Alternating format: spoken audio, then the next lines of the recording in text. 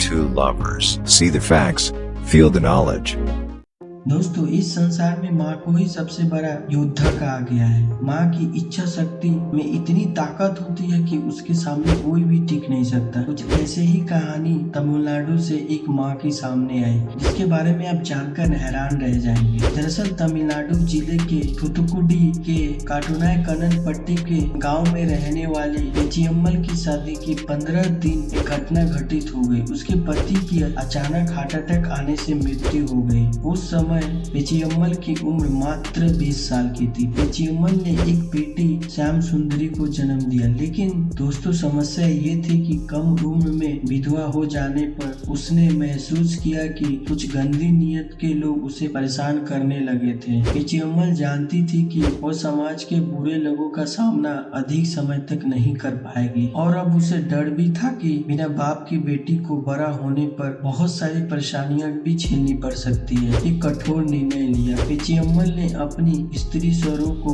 त्यागने का फैसला कर उसने अपनी बेटी के लिए अपनी चाल ढाल, रहन सहन, पहनावा सब पुरुषों जैसा कर लिया था। जी हाँ दोस्तों, लोग उसे अब पुरुष ही मानने लग गए थे, जिससे उसकी आगे की पूरी ही जिंदगी बदल गई और उसने अपना नाम मिथ्यू रखा। अपनी बेटी का पालन पोषण के लिए उसने एक चाय और पराठे की दुकान खोली। अब लोग उसे मिथ्यू मास्टर कहने लगे थे। पेचियम्मल ने अपनी बेटी को पालने के लिए कई काम किए। उसने पेंटिंग और नारियल के दुकान भी चलाए। उसके बाद कई तरह के काम भी किए। पेचियम्मल यानी मिथ्यू हमेशा बस में पुरुषों वाली सीट पर बैठती थी। उसने पुरुष बनने के लिए जो भी काम उसे समझ में आया सभी काम किए, ताकि लोग उसे पुरुष समझ सके, जिससे उनकी बेटी को भविष्य में पिता की कमी महसूस न हो। उसे अपने इस बदलाव का कोई गम नहीं था। उसने अपने स्वरूप को अपनी बेटी की सुरक्षा और पालन पोषण के लिए बदल दिया था। लोगों को भी पता नहीं चल पाया कि मिथ्यू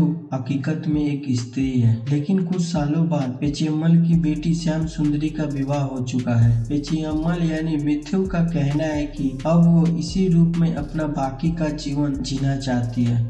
दोस्तों, धन्य है ऐसी माँ जिसने अपनी बेटी की खातिर अपनी स्त्री स्वरूप को बदल दिया।